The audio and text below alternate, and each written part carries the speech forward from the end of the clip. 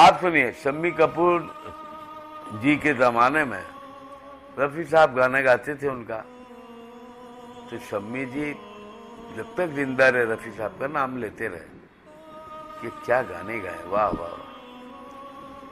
तो रफी साहब का, किशोर दा का, मुकेश जी का, सबका जिक्र होता है। मोहम्मद दीदी ने भी बहुत हिट गाने गाए हैं उन्हीं कलाकारों के लिए। कभी कोई जिक्र नहीं करता है, कभी कोई बात नहीं करता है। आपके नाम से रोजी रोटी चलती है इंडस्ट्री की, जहाँ भी पुराने गाने गा जाते हैं, आपके 50% गाने आपके होते हैं, तो कितना इसको देश का दुर्भाग्य कहेंगे या फिर टैलेंट की कदर खत्म करते जा रहे हैं, या देश गर्भ में डूबता हुआ जा रहा है? आज जो पुराने बाहर से विदेशी गाने आते हैं उनको सुना जाता है, उनको हिट पड़ा जाए, रात रात में मिलियन व्यू हो जाते हैं, क्या कहना चाहेंगे इसके बारे में? वो तो अभी सोशल, मैंने कहा ना, नेटवर्क का जमाना है, इलेक्ट्रॉनिक मीडिया का। तो आज तो जो इंडस्ट्री में नहीं भी है वो भी कोई गाना गा के यूट्यूब में डाल देता है, उसके भी बहुत सारे व्यूअर्स हो जाते हैं। आजकल पॉपुलर होना बहुत आसान है। आपके टाइम का कोई स्ट्रगल का वाकया बताइए, क्योंकि आज आपने बताया आजकल पॉपुलर होना आसान है, घर बैठे बैठे आदमी बाहर ले भी जाए तो भी पॉपुलर हो जाता है। उस टाइम में आपको घूमना पड़ता था, कोई ऐसा वाकया बताइए अपने स्ट्रगल के दिनों का। बहुत सारे वाकया हैं, मैं वाकयात हैं। नहीं, लक्ष्मी जी के साथ एक वाकया था, वो तो मैंने बहुत बार कह दिया है बहुत जगह। अब मैं थोड़ा सा अलग बोल रहा हूँ। मैं आर.डी. बर्मन साहब के पास गया था गाना सुनाने के लिए। तो बर्मन साहब के यहाँ माइक लगा हुआ है म्यूजिक रूम में, तो उन्होंने कहा सुनाओ कुछ। तो मैंने उनको सुनाया उनके पिताजी का गाना तेरे मेरे सपने अब एक रंग है, सुनाया। ठीक है, तो मुझे कहते थोड़ा उच्चारण सही कर लो। तो मैं उनकी शक्ल देखने लगा और मुझे अंदर अंदर बहुत हंसी आई कि मैं एक प्योरली उर्दू मीडियम का आदमी, और उर्दू, अरबी, फारसी ये सब मैं पढ़ चुका हूँ। मेरी ज़बान, मेरी तलफ़ुज़ पे कोई इतराज़ करे मुझे अजीब सा लगा। खैर, बहुत बड़े आदमी हैं, मैं चुप से चला आया। बाद में मैंने सोचा मेरा तो पत्ता कट गया, अब तो ये मुझे गवाएंगे नहीं। खैर, जब मेरा थोड़ा सा काम काज चलने लगा, मैं पहली बार जब आशा जी के साथ गा रहा था बप्पीदा के म्यूजिक में, तो आशा जी को बहुत अच्छा लगा, मेरी आवाज़ अच्छी लगी। बड़ी महान औरत है, मैं तो यही कहूँगा, मेरे लिए उन्होंने बहुत बड़ा काम किया था। उन्होंने मुझे कहा बाहर एक फिएट खड़ी है, तुम रिकॉर्डिंग के बाद उसमें जाके बैठ जाना। मैंने बोला ठीक है, मैं समझा नहीं क्या बात है। खैर, गाना हो गया, तो मैं वहाँ गाड़ी के पास खड़ा था, तो आशा जी उतर के आई, आके बोली बैठो, मैं तुमको पंचम साहब से मिलवाती हूँ। मुझे बहुत अच्छा लगा, लेकिन मैं तो उनको सुना चुका था गाना, तो मुझे लगा पता नहीं फिर मुझे वापस आना पड़ेगा। तो मैंने कहा दीदी खैर आप जाइए, मैं अभी 20 मिनट में आता हूँ, रास्ते में मेरा कुछ काम है। मुझे म्यूजिक रूम मालूम है पंचम तक, मैं वहाँ जाऊँगा। खैर, मैं पहुँच गया थोड़ी देर के बाद। तो आशा जी ने, पंचम दा ने मुझे देखा, तो आशा जी ने बोला मैंने इनको बुलाया है, अभी इसने मेरे साथ गाना गाया है, तो मुझे इसने बहुत याद दिलाया रफ़ी साहब की। मुझे ऐसा लग रहा था रफ़ी साहब मेरे साथ गा रहे खड़े थे, तुम इनको गवाओ। तो उन्होंने कहा मैंने तो इसको सुना है। नहीं, तुमने क्या सुना नहीं सुना मुझे नहीं मालूम, बस मैं इतना कहती हूँ इसको गाना गवाओ, आपको गाना गवाना पड़ेगा, ये बहुत अच्छा गाता है। तो मैं बहुत इमोशनल हो गया अंदर से कि उनको क्या ज़रूरत थी, लेकिन देखो ये उनका बड़ापन है कि उनको इतना अच्छा लगा और उन्होंने अपना मुझे कहा कि मैं घर जाने वाली थी लेकिन मैं तुम्हारे लिए यहाँ रुक गई, और रुक के पंचम दा को रिकमेंड किया। फिर 6-7 दिन के बाद पंचम दा ने मुझे बुलाया कि ये पिक्चर बन रही है, 3D पिक्चर बन रही है, शिवा का इंसाफ। उसमें 4-5 गाने से पंचम दा ने मुझे वो गाना गवाया।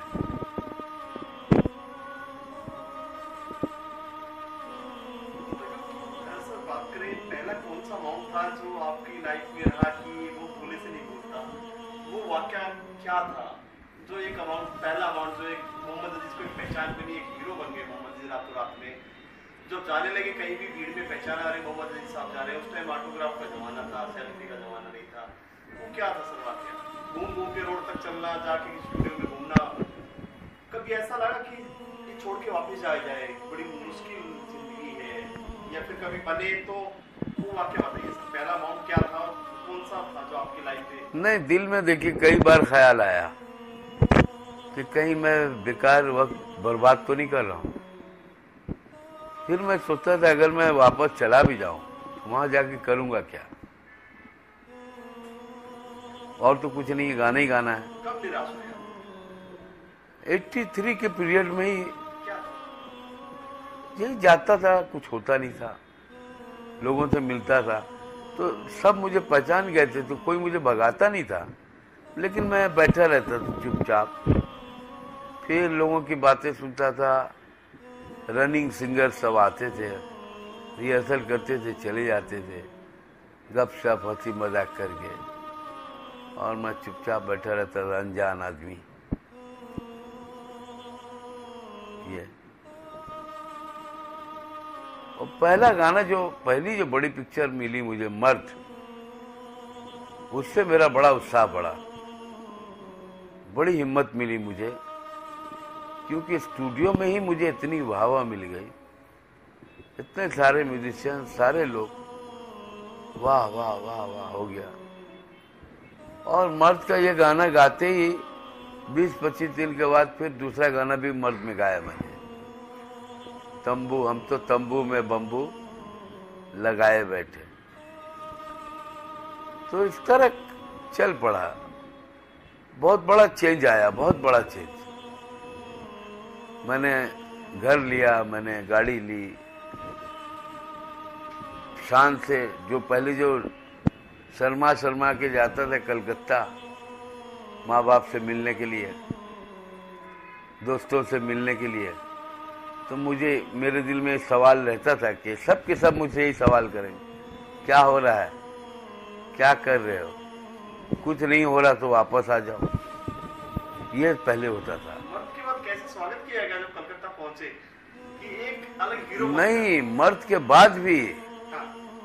क्या रिएक्शन था पब्लिक? मर्द के बाद भी ये होने लगा, आपको याद होगा हमारे यहाँ बहुत सारे हिंदी पेपर थे, मायापुरी, फला फला, है ना, बहुत सारे हिंदी पेपर्स, फिल्मी पेपर्स, पहले एक फिल्म वीकली भी आती थी, स्क्रीन आती थी, हाँ, तो लोग पढ़ते थे वो। तो मुझसे जो मेरे आसपास मोहल्ले में जो लोग कभी मेरे साथ खेलते थे, उनमें कुछ लोग ऐसे थे जो खुश हुए थे बहुत, कुछ लोग ऐसे थे प्रचार करने लगे, अरे ये गाने तो वो शब्बीर कुमार के लिए गा रहा है। तो मैं आपके सुख से भी दुखी थे?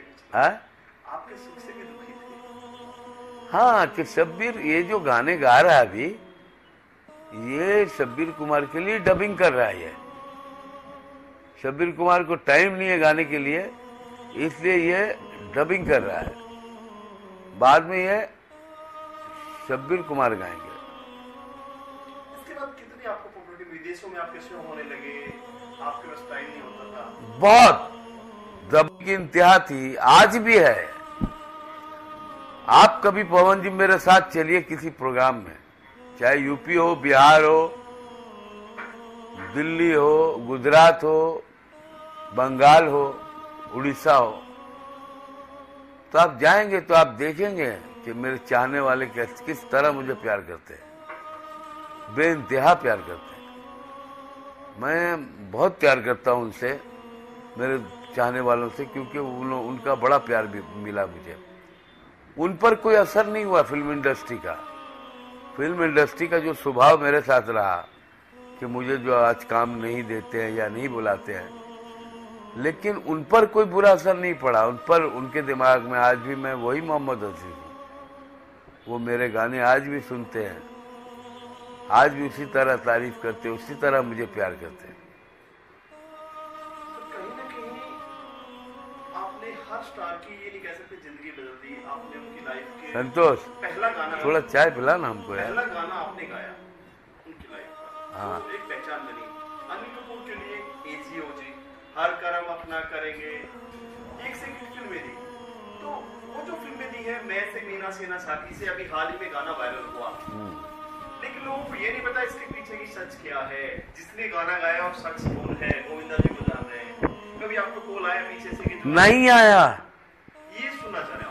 ये प्रोफेसर साहब ने डांस किया, उन्होंने भी ये सोच के डांस किया कि मैं गोविंदा के गाने पे डांस कर रहा हूँ, गोविंदा के गाने पे डांस कर रहा हूँ प्रोफेसर साहब। ठीक है, गाना गाया किसने उसकी चर्चा नहीं है। किसी भी रियलिटी शो में, चैनल्स में लोगों ने दबा के पैसा कमाया, डिजिटल सिनेमा ने, लेकिन किसी ने एक बार भी आपका जिक्र नहीं किया कि मोहम्मद अजीज को स्टेज पर बुलाया जाए, कि जिन्होंने गाना, रियल गाना गाया था, असली आवाज जिसकी है। कभी आपको कोई कॉल आया? नहीं आया, नहीं है। ये इसी बात का तो रोना है, इसी बात का दुख है। आपको शायद इंतजार था कोई याद करेगा। मुझे लगा था कि कम से कम इतना प्रचार हो गया, ये आदमी एक लेमैन आदमी, शौकिया डांस करने वाला आदमी, वो इतना पॉपुलर हो गया, और जिसके गाने पे हुआ है उसका कोई जिक्र ही नहीं है। आजकल जो फिल्में आ रही है, 90 का 90 का दशक दोबारा आ गया, तो आपको क्या लगता है? एक नजर कट करता हूं जी, अगर बात करें कभी आजकल 90 का दशक दोबारा आ गया है, कहीं ना कहीं आपके गाने चुरा के रिमिक्स पे वही गाने 50 फिल्मों में, 60% फिल्मों में यूज किए जा रहे हैं, तो क्या उसका रॉयल्टी आपको मिलता है या आपका हक बनता है कि आपको मिलना चाहिए? कितना दुख होता है आपको? नहीं, रॉयल्टी के लिए तो देखिए कोशिश जारी है। हमारी कमेटी बनी है, एसोसिएशन इसरा, उस पर लोग काम कर रहे हैं। हमारी इंडस्ट्री के जो अच्छे बड़े सिंगर्स लोग हैं वो भी इसमें शामिल हैं, और अपने संजय टंडन जी लगे हुए हैं। कोशिश जारी है, कहाँ तक कामयाबी होगी मुझे नहीं पता। अभी तक ऐसा कुछ बड़ा कुछ नहीं हुआ है फैसला, 4 साल 5 साल हो गए। बहरहाल कोशिश होने दीजिए, अच्छी बात है। लेकिन हाँ, कलाकारों को रॉयल्टी मिलनी चाहिए हर हाल में।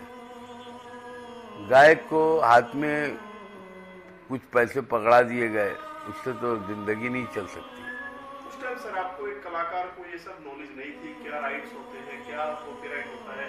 आपको अमाउंट देके आपको बाहर कर दिया जाता था, अमाउंट को गाना गाया खत्म। नहीं, वो चीज आज जो है, हाँ, उस चीज को अगर देखा जाए तो बहुत सारी कंपनियां हैं जो आपके बदौलत आज भी जिंदा हैं। आप ये नहीं कहते आपने उनको जिंदा रखा, लेकिन कहीं ना कहीं थोड़ा बहुत देना चाहिए अगर आपके गाने रिमिक्स बनाया जाता है प्रोड्यूसर के साथ। नहीं, हमारे गानों से तो उनको फायदा होता है, लेकिन सिंगर को नहीं होता। सिंगर को कोई फायदा नहीं है। सिंगर को क्या फायदा है? नहीं, गाना आपने गाया है, कहीं ना कहीं आपका भी थोड़ा बहुत हक बनता है सर। हाँ, बनता तो है, लेकिन क्या किया जाए, जिसकी लाठी उसी की भैंस। ये जो हमारे बुजुर्गों ने कहावत बनाई है, जिसकी लाठी उसी की भैंस, तो वही है। आज जो सिंगर्स हैं ना, आज जो हिट हो गए सिंगर्स आज के दौर में, उनको प्रॉब्लम नहीं है। क्योंकि उनको शोज में बहुत बहुत बड़ा अमाउंट मिलता है। एक शो में 12 लाख, 15 लाख, 20 लाख, 50 लाख, 1 करोड़, 2 करोड़, 3 करोड़ भी मिलने लग गए। सर बात करें कुछ आपके साथी स्ट्रगल के दोस्त या कुछ भी कह सकते हैं, आपके पास बहुत बड़ा घर है, परिवार सब कुछ है, गाड़ी है, एक अच्छा बड़ा फ्लैट है, लेकिन कुछ ऐसे लोग हैं जो इतना सब कुछ होकर भी जिन्होंने इंडस्ट्री को बहुत कुछ योगदान दिया है, हम ये नहीं कह सकते कि रोड के ऊपर है, लेकिन